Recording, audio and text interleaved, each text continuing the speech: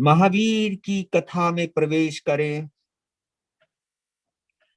उससे पहले कुछ बिंदुओं पर विचार करते हैं, क्योंकि विचार बिंदु जो हैं, जो चिंतनीय है, चिंतन करने के योग्य हैं। जब हम समस्त मानव जाति के जीवन पर दृष्टिपात करते हैं, इंक्लूड खुद को जोड़ते हुए, क्योंकि ये जो मनुष्य जीवन की कथा है, ये सबकी कथा है। मैं भी साधु बाद में हूं, मनुष्य पहले हूं। आप भी श्रावक बाद में हो, मनुष्य पहले हो। कोई भी हिंदू हो, मुसलमान हो, सिख हो, ईसाई हो, पारसी हो, वो सब अपने अपने संप्रदाय के लिए बाद में है, लेकिन पहले वो इंसान है। क्योंकि हम मनुष्य जीवन के बिना इन सभी अनुष्ठानों का जिक्र कर भी नहीं सकते, कल्पना भी नहीं कर सकते। इसलिए मैं ये कहता हूं कि अपने आप को संप्रदाय नहीं मानना, अपने आप को धर्म मानना है। हाँ, मैं उस सिस्टम का एक हिस्सा हूं, लेकिन वो सिस्टम भी मुझे धर्म तक ले जाने का एक प्रयास कर रहा है, जीवन को संस्कारित करने का एक प्रयास करवा रहा है। मैं इस सिस्टम से, यानी किसी भी संप्रदाय से जुड़ने के बाद में कितना संस्कारी बन पाया, मैं कितना अपने आप को उपयोगी बना पाया, मैं अपने आप को कितना सहयोगी बना पाया, मैं अपने आप को कितना योगी बना पाया, इसके ऊपर चिंतन करना अवश्य चाहिए। क्योंकि चाहे वो योगी हो, चाहे उपयोगी हो, चाहे सहयोगी हो, है तो वो मनुष्य। तो मनुष्य जीवन की गहराई को थोड़ा सा समझने का प्रयास करें, फिर महावीर की कथा को समझना आसान हो जाएगा। आप चाहते तो यही है कि महावीर की कथा एकदम चलती रहे, लेकिन कहीं ना कहीं उस कथा को आपके हृदय तक मैं तभी पहुंचा सकता हूं कि पहले खुद एक अपनी मानसिकता को तैयार कर लीजिए, ताकि उस मानसिकता में महावीर उतर सके। अपने हृदय को इतना निर्मल, इतना पवित्र, इतना संवेदनाओं से जोड़ लीजिए ताकि महावीर को हम महसूस कर सके। क्योंकि महावीर को बुद्धि का विषय नहीं बनाना है, महावीर को हृदय का विषय बनाना है। क्योंकि वो आपके मस्तिष्क में नहीं रहने चाहिए। मैं ये बात बड़ी गहरी बोल रहा हूं, अगर आप समझ सको। क्योंकि महावीर भी अगर आपके मस्तिष्क का विषय है तो आप अहंकारी हो सकते हो।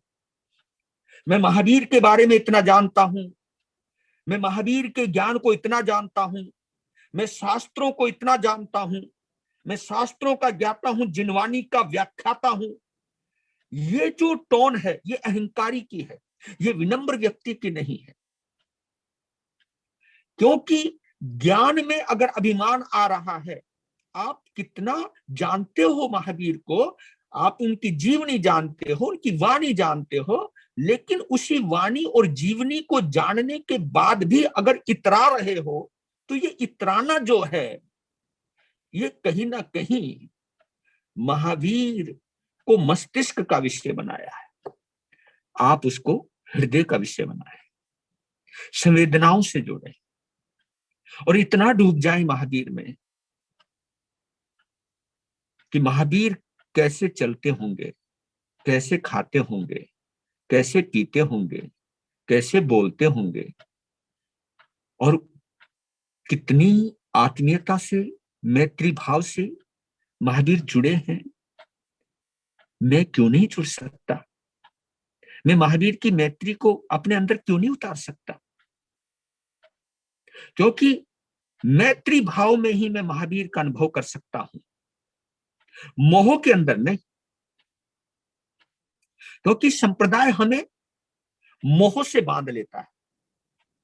क्योंकि संप्रदाय के प्रति जो आपकी आसक्ति है, वो मोहनीय कर्म है, और मोह मन से जुड़ा है, मन दिमाग से जुड़ा है, मस्तिष्क से जुड़ा है, जिसको माइंड कहते हैं।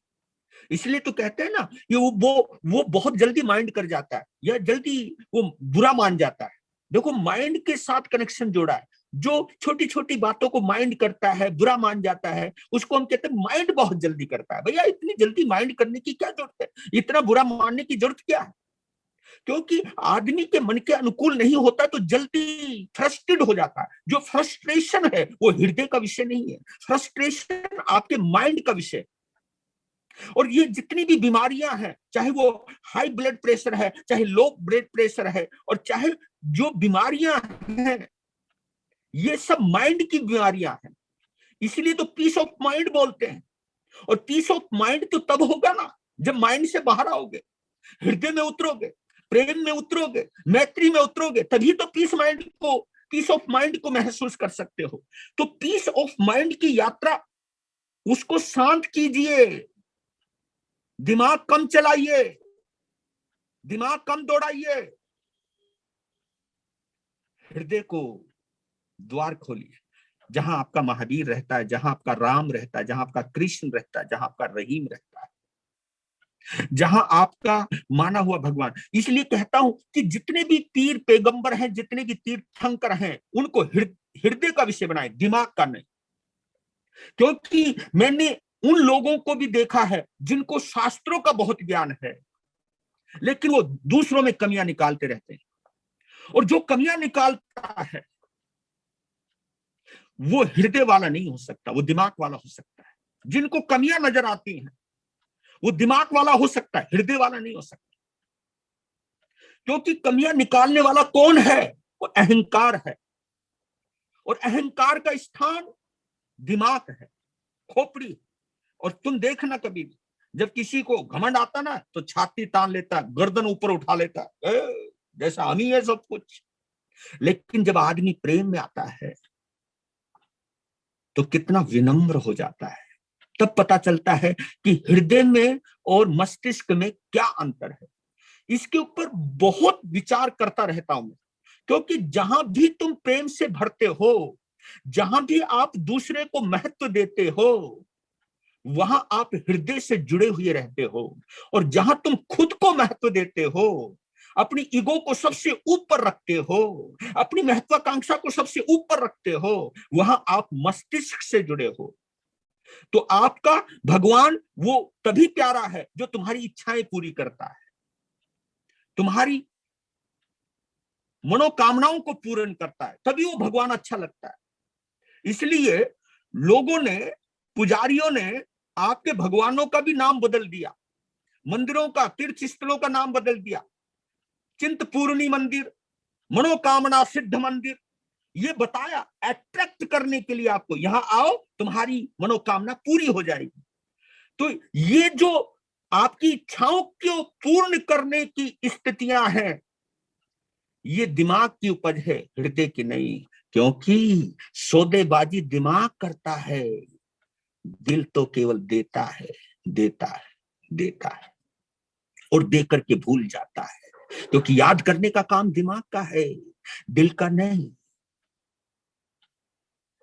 तो मैं कह रहा हूं कि जो मनुष्य का जीवन है, हमारा है, तुम्हारा है, जो मनुष्य का जीवन है वो घटनाओं का संगम स्थल है। मुख्य बात पर आ रहा हूं, हम सभी का जीवन घटनाओं का संगम स्थल है।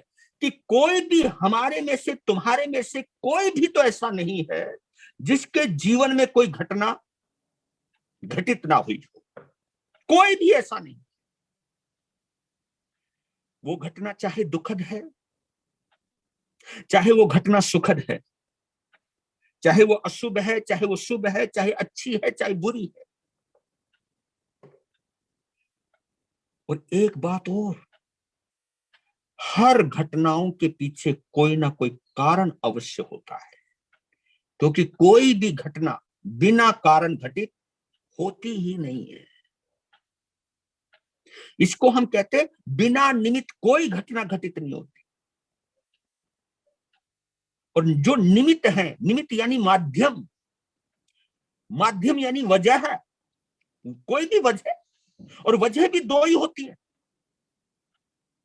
अच्छी या बुरी, है ना। अच्छी या बुरी दो ही तो वजह होती है। और ये भी जरूरी नहीं है, देखो कितनी गजब की बात है, ये भी जरूरी नहीं है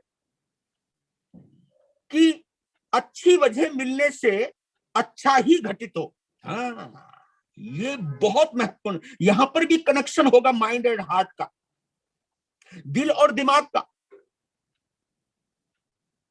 अगर तुम भगवान के मंदिर में भी जाओगे, प्रवचन में भी जाओगे, ये बहुत अच्छा निमित्त है।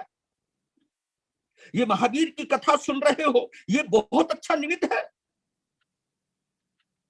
प्रवचन का हिस्सा बनते हो, ये भी बहुत अच्छा निमित्त है। गुरुओं के दर्शन करना, मंदिर में जाना बहुत अच्छा निमित्त है।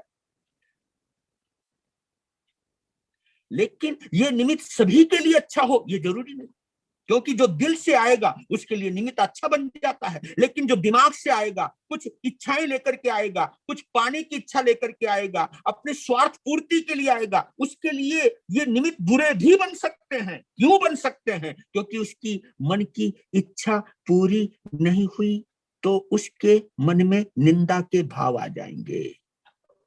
और कभी कभी तो बहुत गजब की घटना होती है।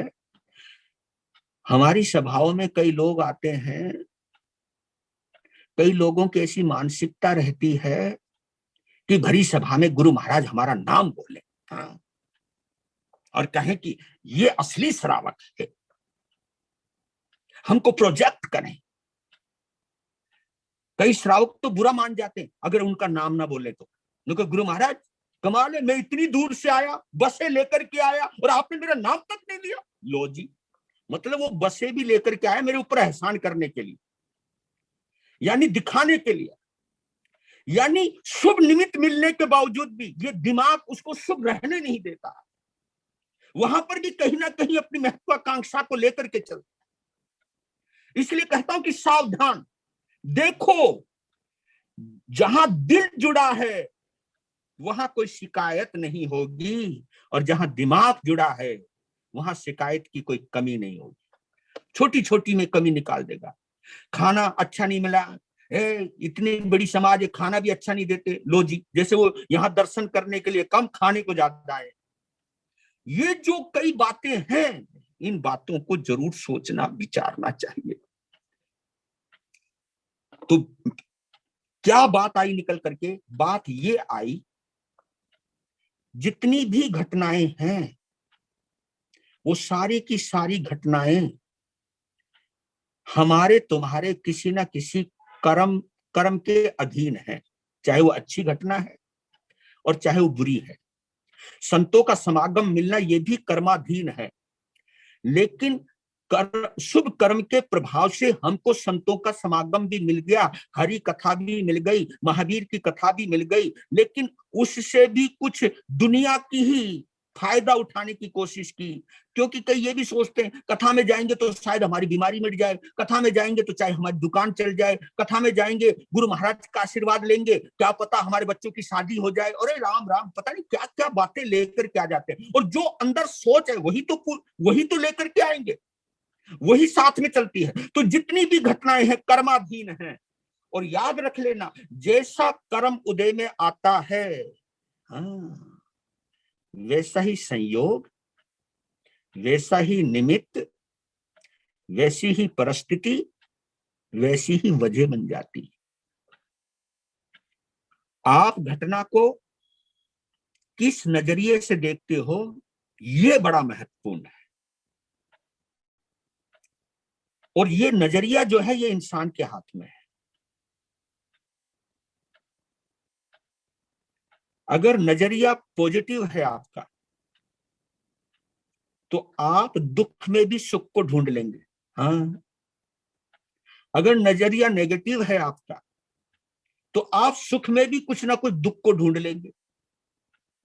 इसलिए तो कहता हूं, मैंने कईयों को झोपड़ी में भी मुस्कुराते हुए देखा है, रूखी रोटी में भी आनंद से खाते हुए देखा है, चटनी के साथ रोटी खा रहा, बड़ी खुशी के साथ खा रहा है। और कईयों को महलों में भी रोते हुए देखा है। वहां कोई कमी नहीं है, गाड़ी है, नौकर है, चाकर है, रुतबा है, लेकिन फिर भी रोने की आदत पड़ी हुई है, तो वहां पे भी रोते रहते हैं।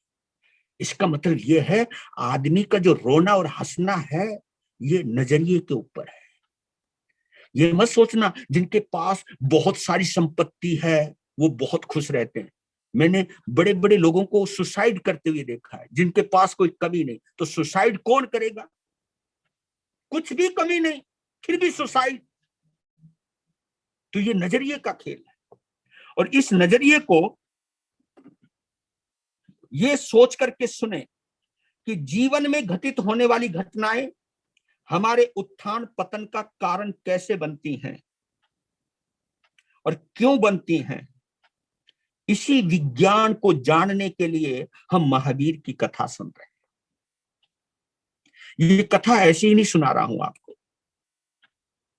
मैं भी अपने आप को समझा रहा हूं और तुम्हें भी समझाने की भावना से बोल रहा हूं। मैं सफल कितना हो पाऊंगा ये तो आपका नजरिया है, लेकिन मेरी एक भावना यही है कि महावीर की करुणा किसी भी माध्यम से आपके हृदय तक पहुंच जाए और वो जो अपनी कथा से भी एक प्रेरणा देना चाहते, एक संदेश देना चाहते, उसको आप ग्रहण कर सके। तो आज एक छोटा सा गीत गा रहा हूं जो हम अपने जीवन को समझ लें। वो गीत मैं बचपन से गाता हूं, मेरे गुरुदेव को बहुत पसंद आता था। मेरे दाता के दरबार में सब लोगों का खाता, मेरे दाता के दरबार में सब लोगों का खाता, जो कोई जैसी करनी करता वैसा ही फल पाता, मेरे दाता के दरबार में सब लोगों का खाता, मेरे दाता के दरबार में सब लोगों का खाता।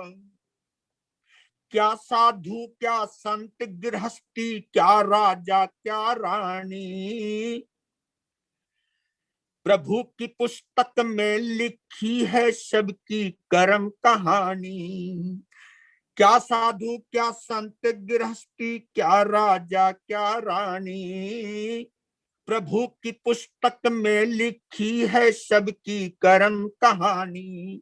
अंतर्यामी अंदर बैठा सबका हिसाब लगाता, मेरे दाता के दरबार में सब लोगों का खाता, मेरे दाता के दरबार में सब लोगों का खाता। बड़े बड़े कानून प्रभु के, बड़ी बड़ी मर्यादा, बड़े बड़े कानून प्रभु के, बड़ी बड़ी मर्यादा, किसी को कोड़ी कम नहीं मिलती, मिले न पाई ज्यादा। इसीलिए वह दुनिया का है जगतपति कहलाता, मेरे दाता के दरबार में सब लोगों का खाता, मेरे दाता के दरबार में सब लोगों का खाता। और एक बात और याद रखना, चले न उसके आगे रिश्वत, चले नहीं चालाकी, चले न उसके आगे रिश्वत, चले नहीं चालाके, उसकी लेन देन की बंदे रीत बड़ी है भाते। समझदार तो चुप है रहता, मूर्ख शोर मचाता, मेरे दाता के दरबार में सब लोगों का खाता, मेरे दाता के दरबार में सब लोगों का खाता। इसलिए आखिरी में कवि प्रेरणा देता है, उजली करनी कर ले बंदे, करम न करियो काला, उजली करनी कर ले बंदे, करम न करियो काला। लाख आंख से देख रहा है तुझे देखने वाला, लाख आंख से देख रहा है तुझे देखने वाला, उसकी तेज नजर से बंदे, उसकी तेज नजर से बंदे कोई नहीं बच पाता, मेरे दाता के दरबार में सब लोगों का खाता, मेरे दाता के दरबार में सब लोगों का खाता। मालूम है, मैं कर्म को दुनिया का सबसे बड़ा सीसी कैमरा मानता हूं। समझते हो ना, सीसी कैमरा जहां लिखा रहता है आप सभी सावधान, सीसी कैमरे की नजर में हो आप। लेकिन उस कैमरे को बंद किया जा सकता है, उस कैमरे के ऊपर पर्दा डाला जा सकता है, कपड़ा भी टांगा जा सकता है, उसकी मुंडी इधर उधर घुमा भी सकते हो। लेकिन लेकिन जो कर्म का सीसी कैमरा है ना, इससे नहीं बचोगे। चाहे साधु हो, चाहे संत हो, चाहे गृहस्थी हो, और चाहे कितनी बड़ी तपस्या करने वाला साधु हो, और चाहे कितना बड़ा विद्वान श्रावक हो, कोई भी हो भैया, बचोगे नहीं।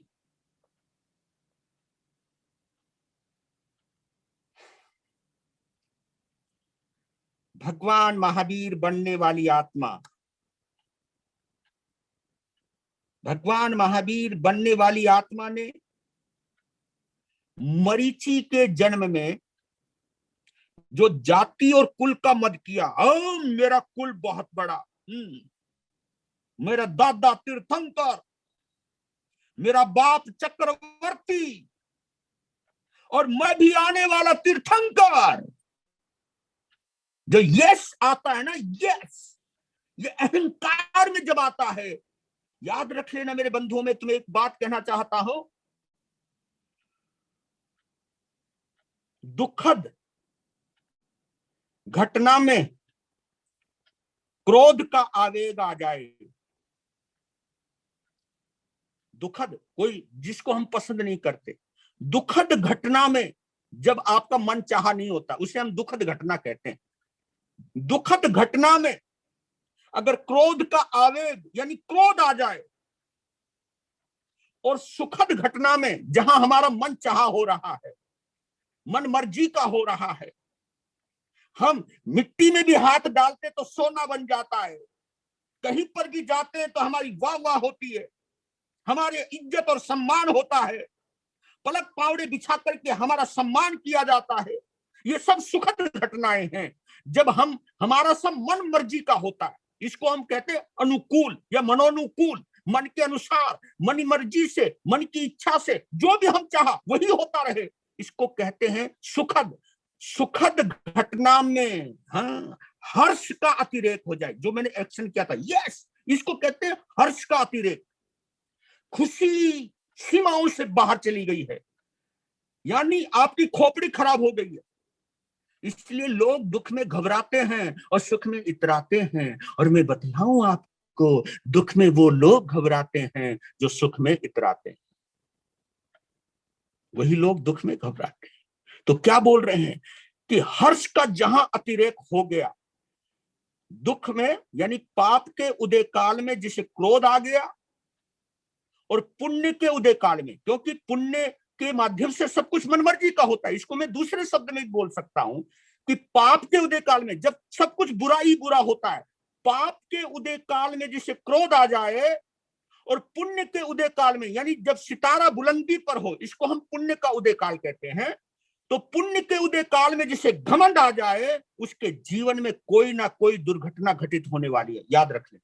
आप बच नहीं सकते, चाहे वो साधु हो, चाहे वो साध्वी हो, चाहे श्रावक हो, चाहे श्राविका हो, चाहे कोई भी आम इंसान हो, जिसको दुख में क्रोध आता हो, क्योंकि जहां मन मर्जी का नहीं होता ना, आदमी चिड़चिड़ा हो जाता है, फ्रस्ट्रेटेड हो जाता है। और फ्रस्ट्रेटेड व्यक्ति तो कुछ भी कर सकता है, मार भी सकता है, मर भी सकता है, कुछ भी कर सकता है, जिसको हम कहते हैं ना डिप्रेशन में आ गया ये। और डिप्रेशन में आया हुआ व्यक्ति, डिप्रेशन में कौन आएगा? डिप्रेशन वो वही आएगा जिसने दुख हजम नहीं किया, जिसको दुख हजम नहीं हुआ, पाप हजम नहीं हुआ, वो डिप्रेशन में चला जाता है। और जिसको सुख हजम नहीं होता, पुण्य हजम नहीं होता, वो अभिमानी बन जाता है। और ये दोनों ही अवस्था में कुछ ना कुछ गलती जरूर करेगा आदमी। ऐसा नहीं कि पुण्य के उदय काल में गलतियां नहीं करता, ये बात अलग है, वो गलतियां पुण्य की वजह से ढकी हुई रहती हैं, लेकिन गलतियां करता है वो। और वो गलतियां करता करता करता कभी तो पुण्य खत्म होगा, लेकिन जब वो पुण्य का खेल खत्म होता है तो उस समय वो पागल हो सकता है, तो दुर्घटनाएं घटित होती हैं। तो मालूम है उस अभिमान की वजह से, उस अभिमान की वजह से मरीचि को अगले 14 जन्मों में, अगले 14 जन्मों तक ब्राह्मण कुल भी मिला, नो डाउट, परिव्राजक भी बना, नो डाउट, वो मनुष्य ही बना और देवलोक गया। ये 14 जन्मों तक लगातार, एक जन्म मनुष्य का, एक जन्म देवलोक का, एक जन्म मनुष्य का, एक जन्म देवलोक का। लेकिन इन 14 जन्मों में भगवान महावीर की आत्मा को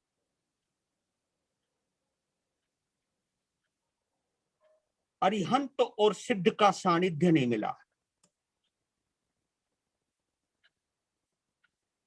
जिनवाणी सुनने का मौका नहीं मिला, कोई संत नहीं मिला, अरिहंत नहीं मिला, जिनवाणी नहीं मिली। कितने जन्मों तक? 14 जन्मों तक। 14 ये और 4 वो, यानी कुल 16 जन्मों तक। 16 जन्म मतलब 4 जन्मों के बाद अगले 14 जन्मों तक उसे अरिहंत सिद्ध नहीं मिले, संत नहीं मिले। लेकिन जब 17वें जन्म में, क्योंकि वहां वो ब्राह्मण कुल में रहे, ये 14 जो जन्म है वो सब ब्राह्मण कुल के हैं, और ब्राह्मण कुल को दूसरे नंबर पर माना जाता है वर्ण व्यवस्था के अनुसार, क्योंकि सबसे पहले क्षत्रिय आते हैं, फिर ब्राह्मण आते हैं, फिर वैश्य आते हैं, और फिर शूद्र आते हैं। ये वर्ण व्यवस्था है। वर्ण व्यवस्था समझ रहे हो कि काम के अनुसार जाति का बंटवारा हुआ। तो इसलिए ब्राह्मण क्यों? क्योंकि वो दान दक्षिणा पर ही रहता है, उसका हाथ यूं रहता है, यूं, इसलिए उच्च जाति नहीं मानते। ऐसा है या नहीं मैं नहीं जानता, मैं इस पचड़े में पढ़ता नहीं, पर लेकिन ब्राह्मण का हाथ यूं रहता है और क्षत्रिय का हाथ यूं रहता है। क्षत्रिय को दाता कहते हैं और ब्राह्मण के हाथ यानी भिक्षु, भिक्षु का हाथ है, वो अपने यजमानों की कृपा पे ही टिकता है, और पहले तो यही होता था पहले। तो उस भिक्षु कुल में होने की वजह से ब्राह्मण कुल में भी जन्म मिला, परिवराजक तो वो बने, लेकिन अरिहंत सिद्ध और संत का सानिध्य नहीं मिला। अब वो 17वां जो जन्म है मिला, और क्षत्रिय के घराने में जन्म हुआ है भगवान महावीर की आत्मा का। लेकिन यहां एक और पेच अड़ गया, यहां पर एक और कमी रह गई। यहां वो क्षत्रिय कुल में तो जन्म लिया और यहां राजकुमार भी बना, लेकिन राजकुमार किसका बना? राजा के भाई का लड़का बना, राजा के भाई का लड़का। यानी जो राजगद्दी पे बैठा वो राजा है, और राजा से जो छोटा था, जो कुछ भी नहीं था, राजा का केवल भाई था, बस इतना ही था। तो राजघराने में जन्म तो हुआ, लेकिन राजा के भाई के घर में हुआ। तमाम अनुकूलताएं, ऐश्वर्य, भोग के साधन बिखरे पड़े हैं, और वहां भगवान महावीर की आत्मा ने जिस शरीर में जन्म लिया, उस शरीर का नाम था विश्वभूति। विश्वभूति, भगवान महावीर की आत्मा ने जिस शरीर में जन्म लिया, उस शरीर का नाम था विश्वभूति। और वहां के राजा का जो लड़का था, उसका नाम था विशाख नंदी। तो राजा का लड़का होने की वजह से युवराज का पद तो राजा के लड़के को मिला ना। तो यहां विश्वभूति को युवराज का पद नहीं मिला, क्योंकि वो राजा के भाई का लड़का था, और युवराज का पद मिला विशाख नंदी को। और देखिए, दोनों के स्वभाव में बहुत अंतर है। जो युवराज है वो डरपोक है, लेकिन जो विश्वभूति है वो बहादुर है, उसका रोब है, उसका रुतबा है। और उस पूरी नगरी के अंदर अगर किसी के महलों से लेकर झोपड़ी तक जिसकी चर्चा होती थी, वो विश्वभूति की होती थी, विशाख नंदी की नहीं। अब देखिए, एक ने शुभ कर्मों की वजह से युवराज का पद तो पाया, लेकिन जो सम्मान मिला विश्वभूति को, वो सम्मान विशाख नंदी को नहीं मिला, क्योंकि कर्म अपना प्रभाव डालते हैं। दोनों के पास दो चीजें हैं, एक के पास अच्छा संयोग है लेकिन सम्मान नहीं है, और एक के पास पद छोटा है लेकिन सम्मान युवराज से भी कई गुना ज्यादा। क्योंकि जब लोग जिक्र किया करते थे आपस में, भाई कुछ भी कहो, विशाख नंदी तो डरपोक है, भीरू है, लालची है, ईर्ष्यालु है, लोग उसकी बुराई किया करते थे। जबकि विश्वभूति का गुणगान गाया जाता, भाई कुछ भी कहो, राजकुमार होना चाहिए ये, और हमारा अगला राजा जो बने वो विश्वभूति बने, ना कि विशाख नंदी। भाई डरपोक को कोई राजा बनाना चाहिए, ये लोग आपस में चर्चा किया करते थे। एक युवराज ना होते हुए भी राजाओं जैसा सम्मान, और एक युवराज होते हुए भी एक आम इंसान से नीचे की गिरी हुई इज्जत। ये कर्म नहीं तो क्या।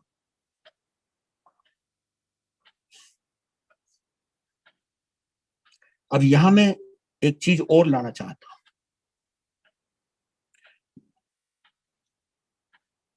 अब हम अपने और तुम्हारे मन को जरा सा टटोल लेते हैं, थोड़ा सा। जो मानवीय मन है, जिसको माइंड कहते हैं, दिमाग। अब यहां पर सोचिए जरा, यहां क्लियर होगी कुछ पिक्चर।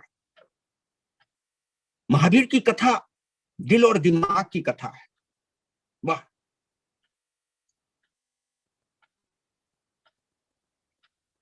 मानवीय जो मन है, और तुम अपने मन को भी टटोलना, मैं अपने मन को भी टटोलता हूं, और इसके ऊपर गहरा ऑब्जर्वेशन कीजिए। मानवीय मन क्या है? जो दूसरों का भला भी चाह सकता है। हम दूसरों का भला भी चाहते हैं, दूसरों का भला भी चाहते हैं, और दूसरों का भला भी कर सकते हैं। लेकिन इस मन की एक गंदी आदत है, हम दूसरे का भला भी कर सकते हैं, दूसरे का भला भी चाह सकते हैं, लेकिन दूसरे की कोई प्रशंसा करे ना तो इस मन को अच्छा नहीं लगता। हम दो सगे भाई हो ना, एक की लोग प्रशंसा करें उसके गुणों की वजह से, और दूसरे की प्रशंसा ना करें, इग्नोर करें, और जब वो भाई भी जानता है भैया ये तारीफ के काबिल है, ये भाई ऐसी बात नहीं, तारीफ के काबिल है, लेकिन फिर भी वो चाहता है काश इसकी जगह मेरी प्रशंसा होती। राइट? पता नहीं तुम समझ पा रहे हो नहीं समझ पा रहे। यानी सगा भाई भी एक दूसरे, मतलब छोटा हो या बड़ा हो, मैं इसके चक्कर में नहीं पड़ता, लेकिन हम दूसरे का भला भी कर सकते हैं, दूसरे का भला भी चाह सकते हैं, लेकिन दूसरे की भलाई सुन नहीं सकते, दूसरे की प्रशंसा नहीं सुन सकते। इसलिए कहता हूं दो चीजें याद रखना। दो क्यों तीन चीजें बतला रहा हूं। जो क्रोधी होता है उसके लिए भी एक प्रेरणा दी गई है कि जो क्रोधी है, गुस्सेल है, बात बात में गुस्सा करता है, तो कहते क्रोधी का पड़ोसी नहीं। हाँ, हमारा पड़ोसी अगर क्रोधी है तो हम भी उससे बात करना पसंद नहीं करते। कहते क्रोधी का पड़ोसी नहीं, अहंकारी का खुदा नहीं, अहंकारी का खुदा नहीं, और ईर्ष्यालु जो जेलस करता है, जो चिढ़ता है, जलन है जिसके अंदर, ईर्ष्यालु खुद का भी नहीं। एक खुद का नहीं, एक खुदा का नहीं, और एक पड़ोस का नहीं। नहीं समझे भाई? जो जिससे बात बात में गुस्सा है, कौन कौन बोलना पसंद करे? और कोई भी नहीं चाहता हमारा पड़ोसी गुस्सेबाज हो, कोई नहीं चाहता। गुस्से वाले की इज्जत नहीं। और मैं बताऊं, गुस्सा चाहे साधु भी करे तो भी अच्छा नहीं लगता। हाँ, साधु भी गुस्सा करे, है महाराज हो गया साधु, साधु बन के गुस्सा करे, हेलो सुन लो। और मैं कभी कभी कहता हूं संतों को, अरे कम से कम इतनी तो इज्जत रख लो साधु बाने की, है जो कुछ कहा सुनी करनी है बंद कमरे में कर लिया करो, बाहर तो मत करो। अबे लोग देखेंगे तो क्या कहेंगे, ये साधु होके गुस्सा करते हैं, साधु होके लड़ते हैं। और जब किसी साधु को समझाने के लिए गृहस्थी आता है ना, इससे बड़ी तौहीन साधुता की कोई हो ही नहीं सकती, इससे बड़ा अपमान साधु का नहीं हो सकता। एक गृहस्थ में रहने वाला व्यक्ति संत को समझाने आया कि गुरु महाराज कृपा करो, शांत हो जाओ, शांत हो जाओ। इससे बड़ी बेइज्जती क्या हो सकती साधुता की? ये बहुत बड़ा विचारणीय प्रश्न है। तो याद करना, क्रोधी का पड़ोसी नहीं, अभिमानी का खुदा नहीं, अहंकारी का खुदा नहीं। क्योंकि जो अहंकारी होता है भगवान कभी आ ही नहीं सकता उसके पास, जो क्योंकि खुद ही गुरूर में रहता है, खुद ही अपने आप को सब कुछ मानता है। अब भगवान कहाँ आएगा उसके पास? और जो ईर्ष्यालु होता है, जो किसी की प्रगति को देख के, किसी की उन्नति को देख के और किसी की इज्जत को देख के जो घुटता रहता है।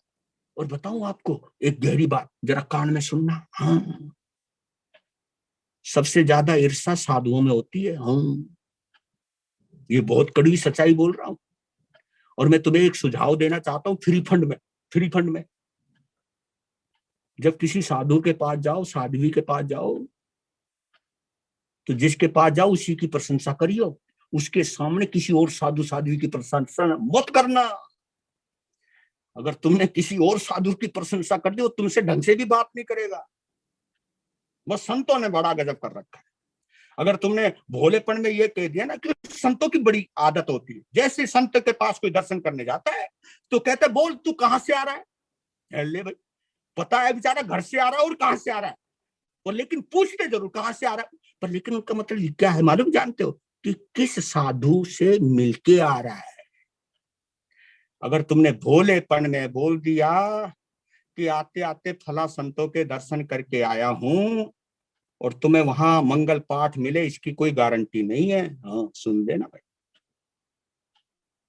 अगर ये पता चल जाए ये किसी और साधु साध्वी के दर्शन मंगल पाठ तक नहीं सुनाते जी, अब बताओ। और बने हैं मुंह पट्टी बांध के, बने हैं महावीर के साधु। और ये तो संतों में, चाहे उसमें मैं भी हो सकता हूं, मैं मना कोई कर रहा हूं, पर लेकिन ये जेलस जो है, ये सुकून नहीं देती, ये शांति नहीं देती।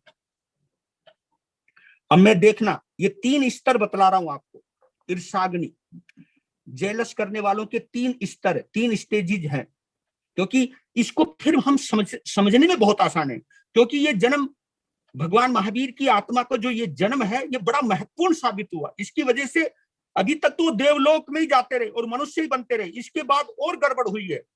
क्या क्या गड़बड़ हुई है, ये मैं आप लोगों की सोच, अपनी सोच को जिम्मेवार मानता हूं। ईर्षाग्नि का जो है वो 3 प्रकार के स्तर हैं, 3 श्रेणियां हैं मतलब ईर्षा की। पहली श्रेणी, आदमी ये सोचता है जितना मेरे पास है, हाँ, जितना मेरे पास है उससे अधिक किसी और के पास नहीं होना चाहिए। राइट? सहमत हो मेरे से? ये आदमी की, हाँ भाई, कोठी सबकी बने भगवान करे, लेकिन मेरी कोठी सबसे अलग बननी चाहिए। क्योंकि अगर एक जैसी कोठी बन गई तो फिर मजा नहीं आवे। घरवाली सभी की सुंदर हो, लेकिन हमारी सबसे सुंदर हो। ले भाई, लड़के सभी के समझदार हो, लेकिन हमारा लड़का सबसे ज्यादा समझदार होना चाहिए। और बताऊं, ये भी सोच लेते तुम, गुरु सभी के अच्छे हो, लेकिन हमारा गुरु सबसे अलग होना चाहिए। हमारा गुरु इतना चमत्कारी होना चाहिए कि बस हम कह सकें भाई गुरु हो तो महाराज जैसे, यानी तुम गुरु में भी अहंकार, मौका नहीं छोड़ते हुए। तो सोचते हैं कि पहला इस तरह के, जितना मेरे पास है उससे अधिक किसी के पास नहीं होना चाहिए। ये ईर्ष्या का एक रूप है। ईर्ष्या का दूसरा रूप है, जिस चीज का अभाव मेरे पास है, जो चीज मेरे पास नहीं है, वो चीज किसी और के पास भी नहीं होनी चाहिए। मेरे से सहमत होंगे ना? जरा अपने दिल को, अपने दिमाग को छूना, दिल नहीं दिमाग को। ये दिमाग है, ये जो ईर्ष्या दिमाग करता है। और तीसरी श्रेणी है, कई ईर्ष्यालु ऐसे भी होते हैं, कई नफरत करने वाले लोग ऐसे भी होते हैं, किसी को बर्बाद होते हुए देख करके खुशियां मनाते हैं। हाँ, कोई भी बर्बाद होता तो लड्डू बांटते, पटाखे छोड़ते हैं। हाँ, ऐसे भी लोग होते हैं, ऐसी मनस्थिति के लोग होते हैं। कईयों कईयों को ऐसा लगता है कि कोई ये कहे बचाओ, कोई रो रहा है, तड़फ रहा है, उनकी तड़फने सुनकर के उनको अंदर बड़ी तसल्ली मिलती है। ऐसे भी लोग हैं। अब ये देखिए, कोई किसी पशु का गला काट रहा है और वो तड़फ रहा है, भाग रहा है, बचना चाह रहा है, लेकिन उसको काटते वक्त उनको बड़ा सुकून मिलता है। और अरब कंट्रीज में तो ऐसे ऐसे गेम हैं, ऐसे ऐसे खेल हैं जिनके बारे में सुनकर के मैं दुखी हो जाता हूं। वहां इस तरह के खेल हैं कि ऊंटों की दौड़ होती है, ऊंटों की, और उस ऊंट की पूंछ में एक छोटे से बच्चे को खरीद लाते हैं, उनके माँ बाप से खरीद लाते हैं, मुंह मांगा पैसा देकर, उनका पैसा ये लो, तुम जितना चाहिए ये लड़का हमको दे दो।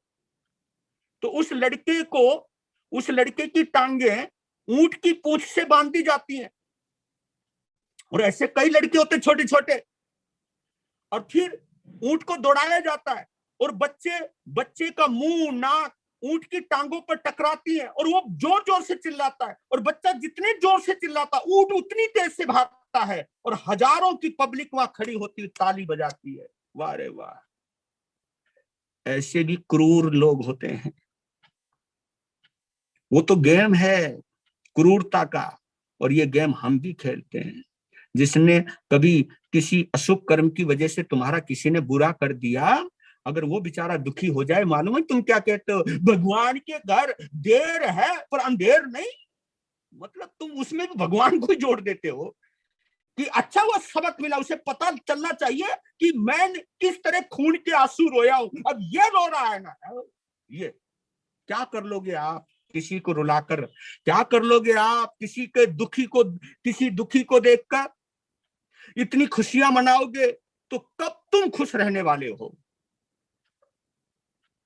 तो जो विश्वभूति था उसका एक शौक था,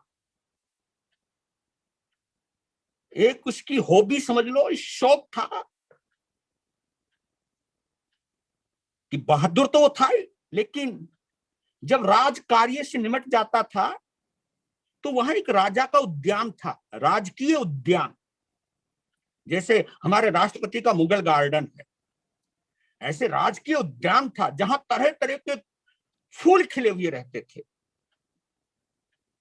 तो वहां वो अपनी पत्नी के साथ रहा करता था, और फूलों की सेज बिछा करके, फूलों की गद्दी बिछा करके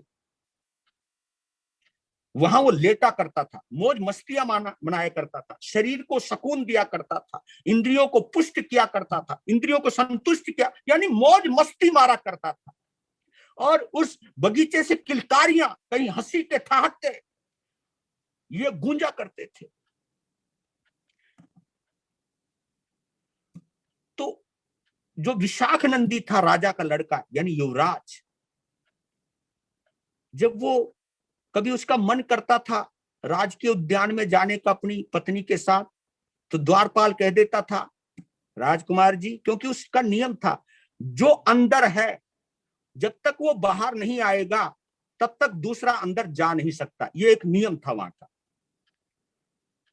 तो विशाख नंदी भी आता था उसमें घूमने के लिए, लेकिन द्वारपाल कहते सावधान, अभी विश्वभूति अंदर हैं अपनी रानियों के साथ, रासलीला रचा रहे हैं, आप जाओ यहां से। छोटा सा मुंह लेके आ जाता था, पर लेकिन वो बहुत चिढ़ता था कि युवराज तो मैं हूं और मजा वो ले रहा है, तेरा भला हो। युवराज बन के भी क्या पाया तूने? कुछ नहीं।